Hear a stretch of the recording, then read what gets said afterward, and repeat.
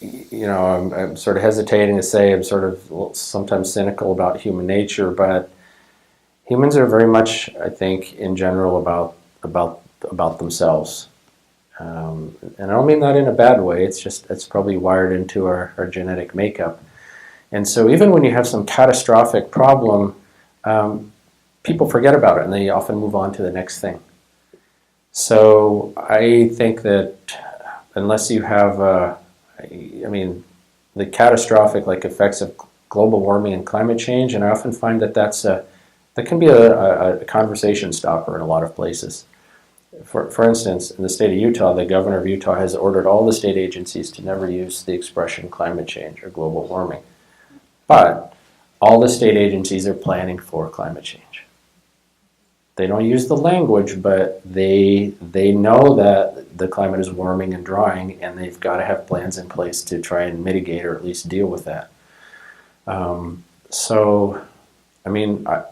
I hope that it doesn't come to the point where you have this sort of real catastrophic crisis where people feel like, oh my gosh, we've got to completely restructure society. That may be coming. On the way down here, I was thinking, the thing that we generally don't talk about is population, because our economic system is tied to that. And those of us approaching retirement age, there's this joke about the guy who goes into the clothespin factory in rural Maine, and a guy from the government, he says, how many employees you got approaching retirement age? And the boss says, well, gosh, we ain't got any going the other way.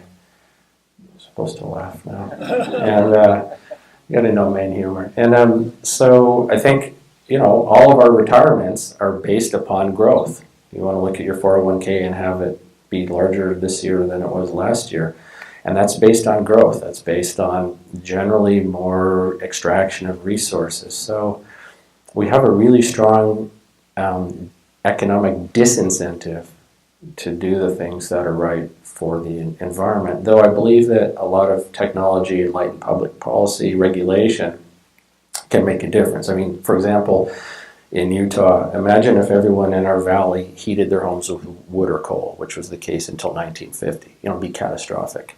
But the conversion to natural gas has eliminated that as a really, really bad source of pollution. So often there's this polarization between the people who are opposed to protection for the environment will often say, well, you can either have a good economy or you can have a healthy environment. You can have both.